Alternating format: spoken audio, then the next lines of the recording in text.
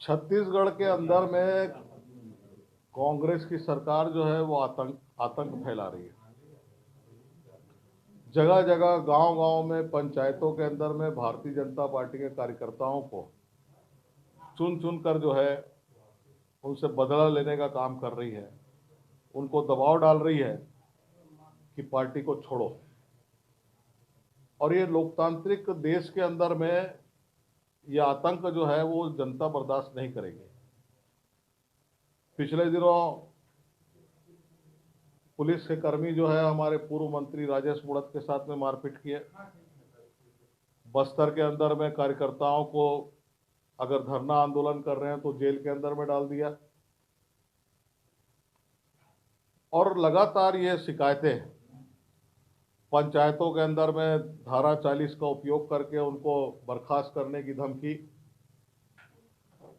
और यहां तक कि भारतीय जनता पार्टी रक्षाबंधन का कार्यक्रम करती है तो अभनपुर के अंदर में उन महिलाओं को प्रताड़ित करने का काम। तो ये लगातार छत्तीसगढ़ के अंदर में भारतीय जनता पार्टी के कार्यकर्ताओं के साथ में जो अन्याय हो रहा है, जो जुर्म हो रहा है, वो छत्तीसगढ़ की जनता देख रही है कि अशांति फैलाने वाले एक शांत छत्तीसगढ़ को अशांति के क्षेत्र में ले जाने वाले लोगों को कभी छत्तीसगढ़ की जनता ने माफ नहीं किया है। चाहे पूर्व में 2000 के समय जो कांग्रेस की सरकार रही है उसको भी खामियाजा भुगतना पड़ा है। छत्तीसगढ़ की जनता शांति चाहती है। पिछले दिनों हमने स्मार्ट सिटी का दौरा किया था। परसों अर्बन डेवलपमेंट कमेटी की बैठक थी। वहां पे महाराष्ट्र सरकार को के अधिकारियों को उसमें हमने बुलाया था। आने वाले समय में छत्तीसगढ़ के अधिकारियों को भी बुलाएंगे। जिस प्रकार से स्मार्ट सिटी का पैसा का जो दुरुपयोग हो रहा है, दौरे के अंदर में जब मैंने स्मार्ट सिटी के एमडी और असिस्टेंट एमडी और अधिकारियों से पूछा कि 5 करोड़ का फाउंटेन जो आप सामने बूढ़ा तालाब में देख रहे हैं 5 दिन नहीं चला, इसका जिम्मेदार कौन है? गांधी चौक के अंदर में बेवजह फुटपाथ बना के उस सड़क का, चौड़ी सड़क को जो है इन्होंने सकरा कर दिया। वहां पे डिस्पेंसरी वाला क्षेत्र है, सब डॉक्टर्स हैं, और मरीज आएगा वो 2 व्हीलर भी वहां पे खड़ा नहीं कर पाएगा। तो इस प्रकार से जो हमारी दानी स्कूल है, डिग्री गर्ल्स कॉलेज है, सबसे प्राचीन स्कूल, प्राचीन कॉलेज है, पीछे के गेट को बंद कर दिया। छात्राएं परेशान हैं। लगभग 6000 छात्राएं जो है वो, उनको घर पहुंचने में तकलीफ होती है, स्कूल आने में और कॉलेज आने में तकलीफ होती है। तो ये स्मार्ट सिटी लोगों की समस्याओं का हल करने के लिए प्रधानमंत्री जी ने लाया है, न कि समस्या पैदा करने के लिए लाया है। और इस प्रकार पैसे का जो दुरुपयोग हो रहा है रायपुर शहर के अंदर, उससे मैं व्यक्तिगत तौर पे, क्योंकि देश की अर्बन डेवलपमेंट कमेटी का मैं स्टैंडिंग कमेटी का सदस्य होने के कारण मुझको भी दुख है। आज भूपेश बघेल जी जिस प्रकार से,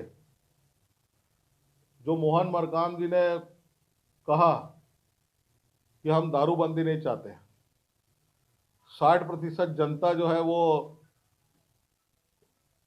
एक समाज की है जो दारू को बंद नहीं करवाना चाहती है, और उसका भूपेश बघेल जी ने समर्थन किया। आज मैं भूपेश बघेल जी से पूछना चाहता हूं, जब चुनाव के मैदान में उतरे थे, हाथ में गंगा जल लिया था, उस समय क्या आपको ध्यान नहीं था? तो इस प्रकार के झूठा लोगों को आश्वासन दिया, घोषणा पत्र जारी किया, चाहे बेरोजगारी के मामले में हो, चाहे धान खरीदी के मामले में हो, और यही मॉडल को वहां उत्तर प्रदेश ले जाना चाहते हैं। मैं भी कल सवेरे फतेहपुर जिले में जा रहा हूं चुनाव प्रचार के लिए। वहां पर मुख्यमंत्री भी है बाजू में, कानपुर में। तो वहां पे छत्तीसगढ़ मॉडल क्या होता है वो उत्तर प्रदेश की जनता भी जानती है, और भूपेश बघेल जी को मालूम है कि वहां की जनता जो है वो योगी जी की सरकार बना रही है और वहां पे झूठ फैलाने का सफल प्रयास कर रहे हैं, जिससे कांग्रेस वहां पर उस चुनाव मैदान में कहीं पे नहीं है और हम लोग सरकार बनाने जा रहे हैं।